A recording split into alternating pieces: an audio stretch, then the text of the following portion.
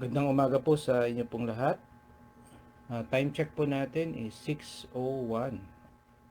Nawa kayo po ay nasa mabuting kalagayan. Though meron pa rin pong ulan. No? So, ingat po sa lahat. Okay, so sige po, tayo po ay magsimula na. So, day 224 na po tayo ng ating pong daily devotion at pakibuksan po natin yung ating pong mga Bible sa 1 Timothy, unang Timoteo, chapter 6, verse 3 hanggang 21 po tayo. So ulitin ko po, 1 Timothy chapter 6, verse 3 hanggang 21. At pinamagatan po natin yung ating pong sharing na flee, pursue, and fight. Yan, flee, lumayo o layuan. Pursue, habulin o atin pong hanapin, and fight, no? Lumaban. So, tayo po muna ay manalangin. Heavenly Father, kayo po ay dakila.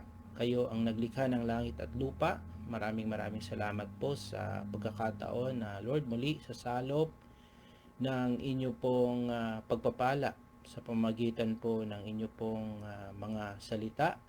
Lord, kayo po ay mangusap sa aming lahat. Kayo po ang magiging guro po namin, Panginoon.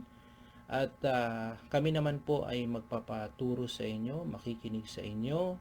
At Lord, gagawin, i-apply sa aming mga buhay ang mga katuruan na ito. Holy Spirit, be in our midst, empower us, nang sa ganon ay amin pong maintindihan ang inyo pong banal na salita.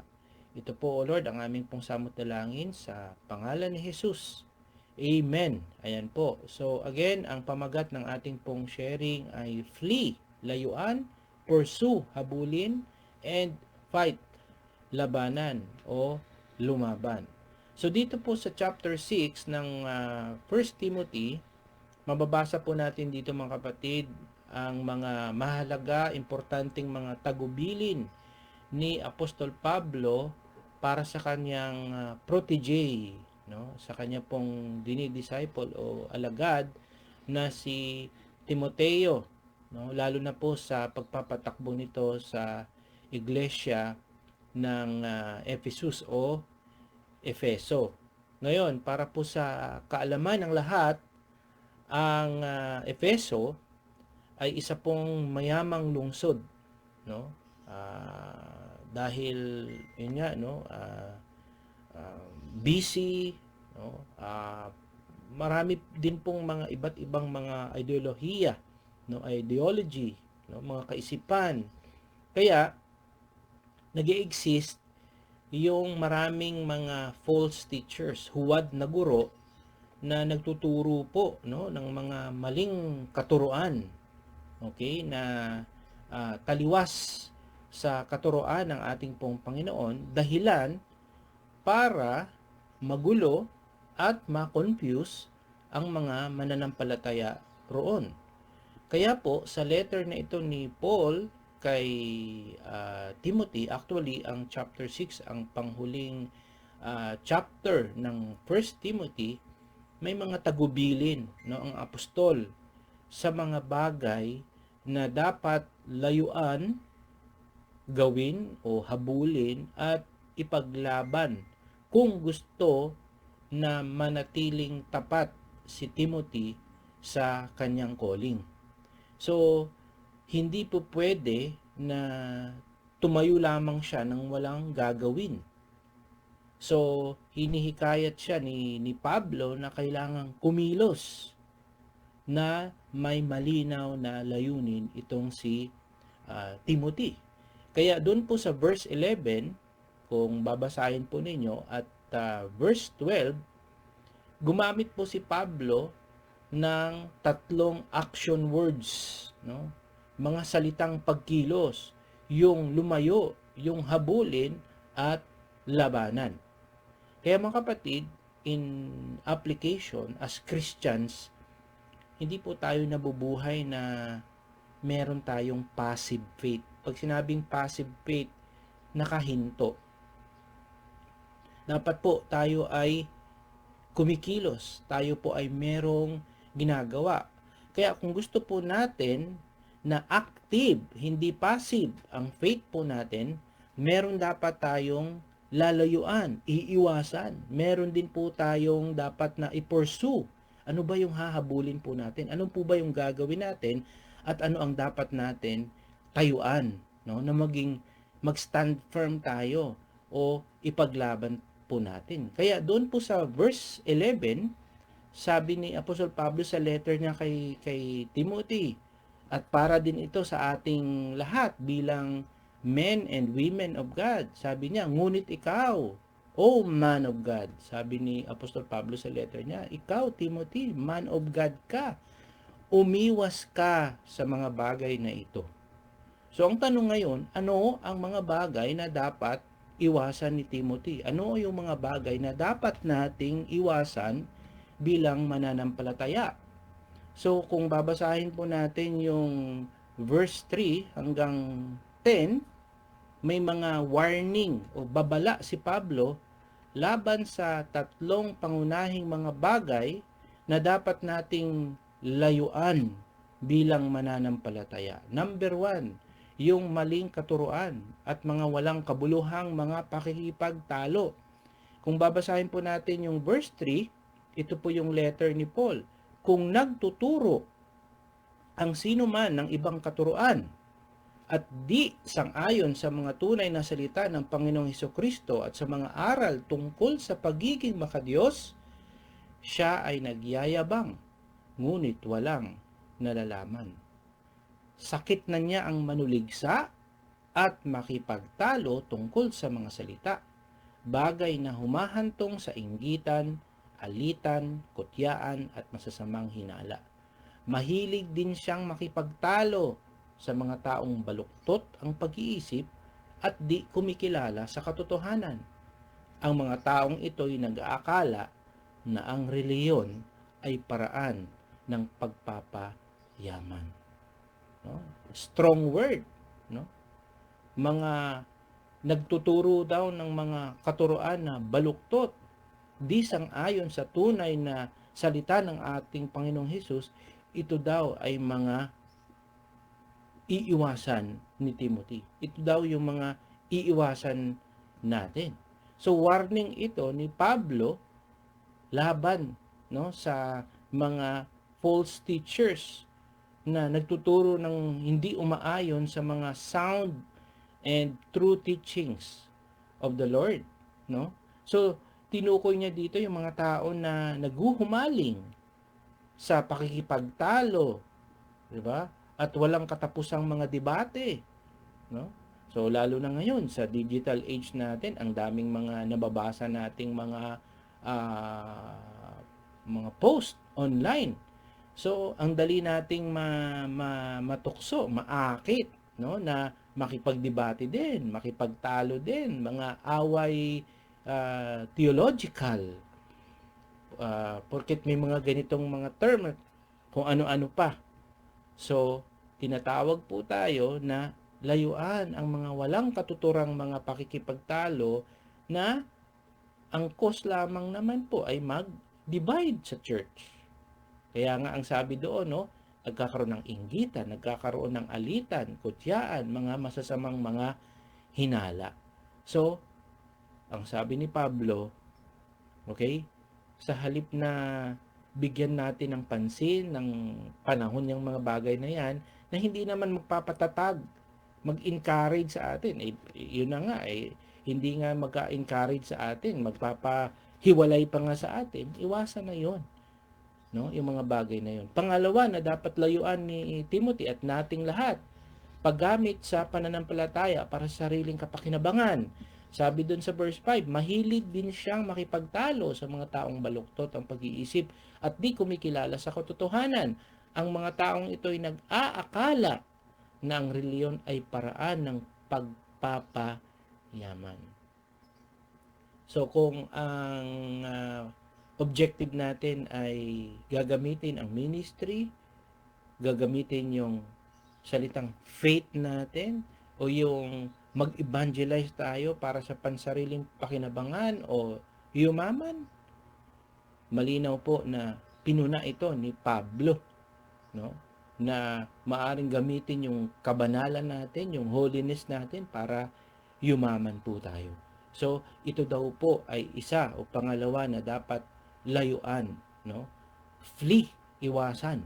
Okay? At ang pangatlong bagay ay ang pag-ibig sa salapi. Okay? Love for money, love for wealth. Sa verse 9 to 10, mababasa natin, ang mga nagnanasang yumaman ay nahuhulog sa tukso at nasisilo sa bitag ng masasama at mga hangal na hangarin na nagtutulak sa kanila sa kamatayan at kapahamakan. Sapagkat ang pag-ibig sa salapi ay ugat ng lahat ng kasamaan. Dahil sa paghahangad na yumaman, may mga taong nalalayo sa pananampalataya at nasasadlak sa maraming kapighatian. Maaring ito na po yung pinakasikat na line, di po ba? Pamilyar na pamilyar po tayo dito. Di ba ang sabi ni Pablo, sapagkat ang pag-ibig sa salapi ay ugat ng lahat ng uri ng kasamaan. Hindi po sinabi ni Pablo dito mga kapatid, malinaw po ha, na hindi niya sinabi na ang pera po ay masama, kundi ang pag-ibig sa pera. Yun po yung magtutulak sa atin or yun yung ugat ng lahat po ng kasamaan. So, ang pagnanais po na yumaman, yun nga po, kung yun na lang at yun at yun at yun lang yung focus po natin, yun, nalalagay po tayo sa maraming mga tukso. Sabi ni Pablo, mga hangal na pagnanasa at kapahamakan. Kaya, kailangan nating suriin ang ating mga puso. Hindi po masamang mangarap. Hindi po masamang mangarap ng mga bagay o yumaman o magkapera. Pero suriin natin ang ating mga puso. Suriin natin tanungin natin yung mga sarili natin. Saan po ba nauubos ang ating mga oras? Yung ating pong lakas.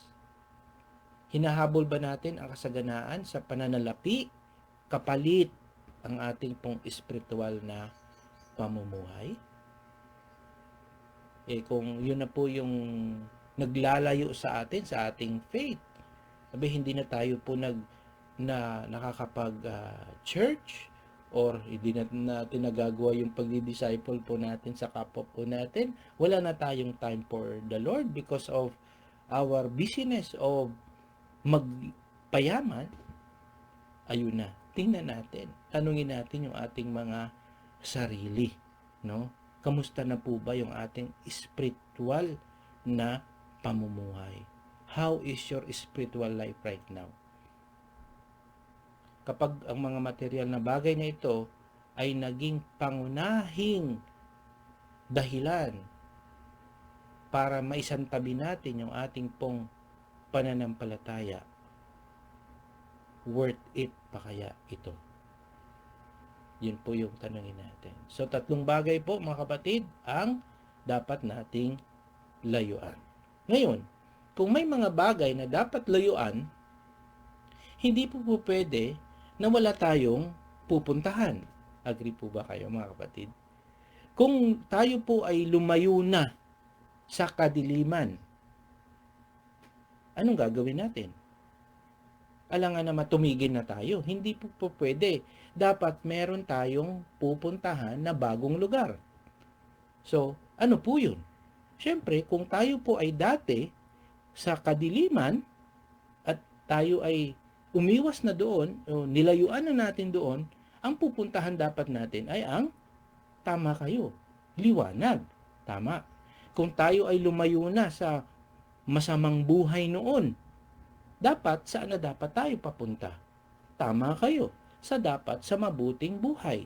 So ngayon, ano naman ang mga bagay na dapat nating i-pursue?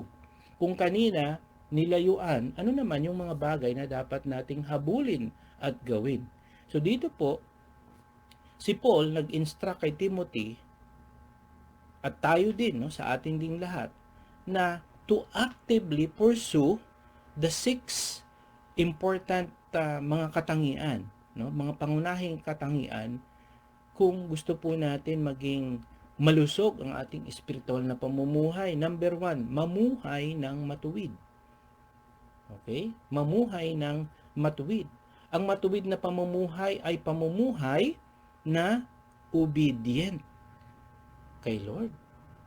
May paggalang sa Kanya, lalo na po sa ating pong pang-araw-araw na buhay at desisyon.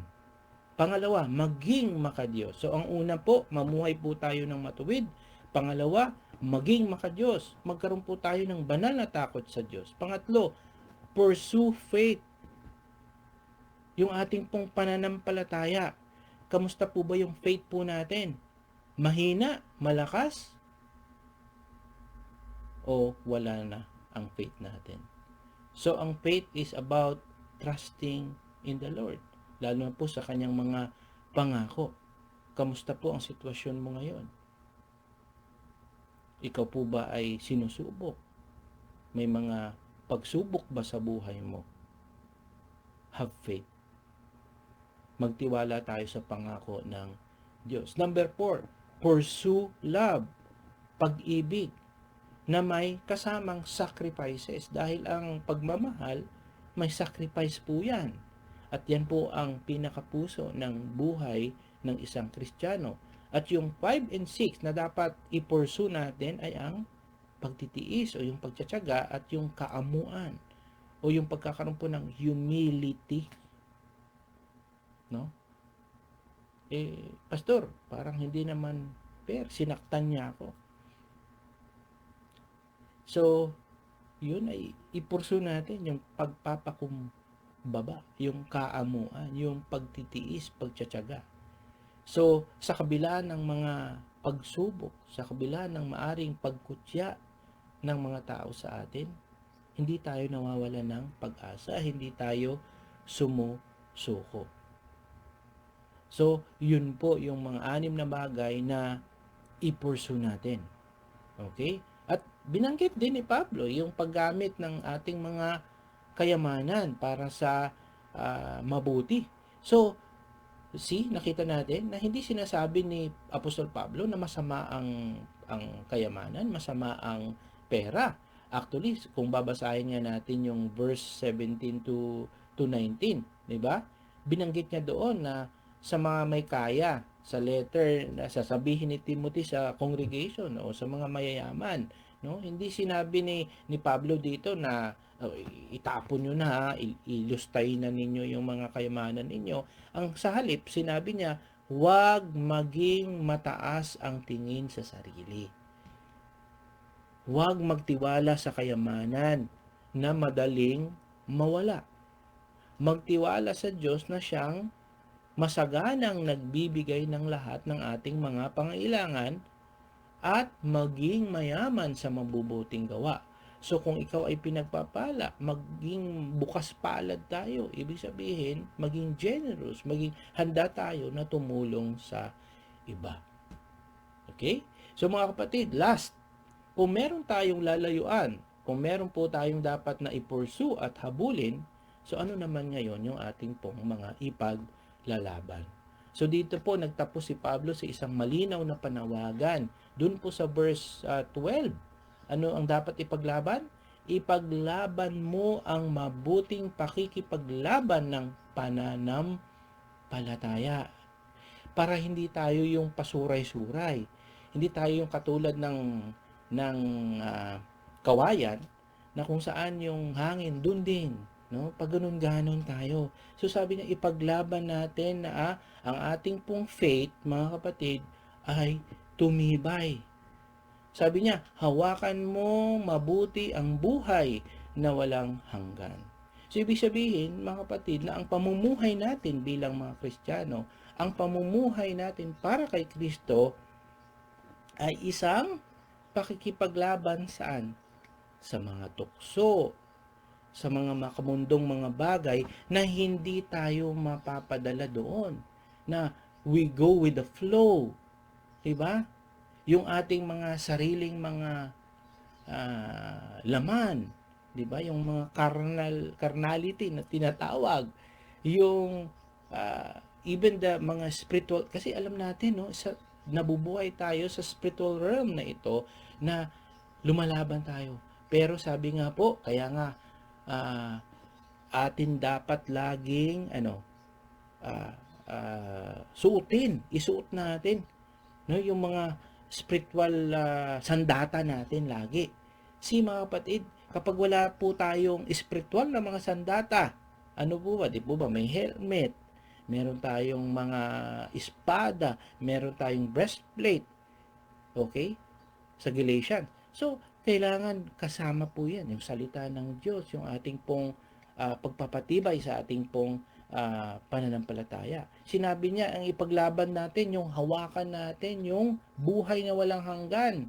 Ano ang ibig sabihin nito? Pamumuhay na ang ating focus ay yung perspective ng merong eternal value, perspective o pananaw na pangkalangitan, hindi perspective ng mundo. Bakit mga kapatid? Kasi hindi naman tayo tatagal dito sa mundong ito.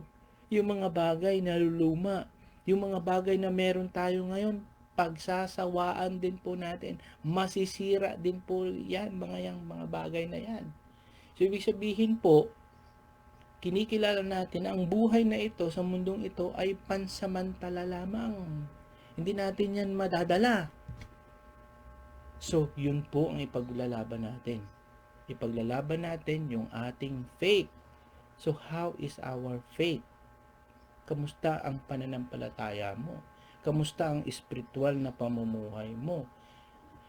Pinaglalaban mo ba ang buhay na walang hanggan? Yun ang atin pong tanungin sa sarili natin. Ingatan mo ang ipinagkatiwala sa iyo. Sa verse 20, ingatan mo ang ipinagkatiwala sa iyo. So ano bang ipinagkakatiwala sa atin mga kapatid? Maliban sa ating mga kayamanan, siyempre yung mga tao sa paligid natin, yung ating mga kapatid, yung ating pamilya, yung ating mga dinidisciple, yung gift mo, no? Yung talent mo, yung skills mo, saan mo ginagamit yung gift mo. Yung ministry na ipinagkaloob sa iyo ng Panginoon, yan, ipaglaban natin yan, ingatan natin yan, dahil ipinagkatiwala yan sa atin. Ang evangelism, ang pagdidisciple, yan ay mga banal na kayamanan na hindi maaagaw sa atin at mananakaw sa atin ng mga ipinagkatiwala sa atin ng Panginoon. At bilang mananampalataya, inatasan tayo at pinagkatiwalaan tayo ng katotohanan. At ito ay dapat na ang truth about God's Word, yan ang ibahagi natin, yan ang ituturo natin, yan ang mga kayamanan na kailanman hindi po mananakaw. Di ba? Hindi yung, hahantong sa walang kwentang mga usapin, mga chismisan, pagdidebate, mga maling karunungan na naglalayo sa atin sa pangunahing mensahe ng ating Panginoon. So mga kapatid, ano po ang message ni Lord? Yun nga, magmahalan, magkaisa, magpalakasan, etc. So again, my prayer is that the Holy Spirit will continue to speak to us, convict us, no? Sa 1 Timothy chapter 6 verse 3 to 21. So with that po, tayo po ay manalangin. Makapangyarihang Diyos, Heavenly Father, maraming salamat po sa inyo pong salita na aming pong mga narinig sa umagang ito. Pagpapaalala ni Apostol Pablo kay Timothy at reminder din at tagubilin sa amin sa kung anong mga bagay na dapat naming layuan, mga bagay na dapat naming i-pursue, hanapin, gawin, at dapat na panghawakan at ipaglaban sa aming buhay bilang mananampalataya. Salamat Panginoon sa reminder na ito. I-bless niyo po yung aming pong gawain at praying for your traveling mercy, pag-iingat Panginoon, lalo po sa mga papasok today Panginoon. Salamat at naging maayos-ayos na rin po yung panahon, Lord God. At nawa tumigil na ang pananalanta ng ulan na ito na nagdudulot po ng mga baha sa aming mga lugar, Panginoon, brown out o anong mga inconvenience, Lord. Lord, provide niyo po yung aming pong pangailangan at sa may mga sakit, I pray, Lord God, na pagalingin niyo po ang kapatid na ito because we believe, Lord, that you are our healer, Panginoon. At praying, Lord God, na yung mga salita na ito ay aming i-apply sa aming mga buhay. Sa inyo po ang lahat ng pasasalamat at kadakilaan sa dakilang pangalan ng aming Panginoong Hesus. Ang lahat ay magsabi ng Amen and Amen. Maraming salamat. Good morning po.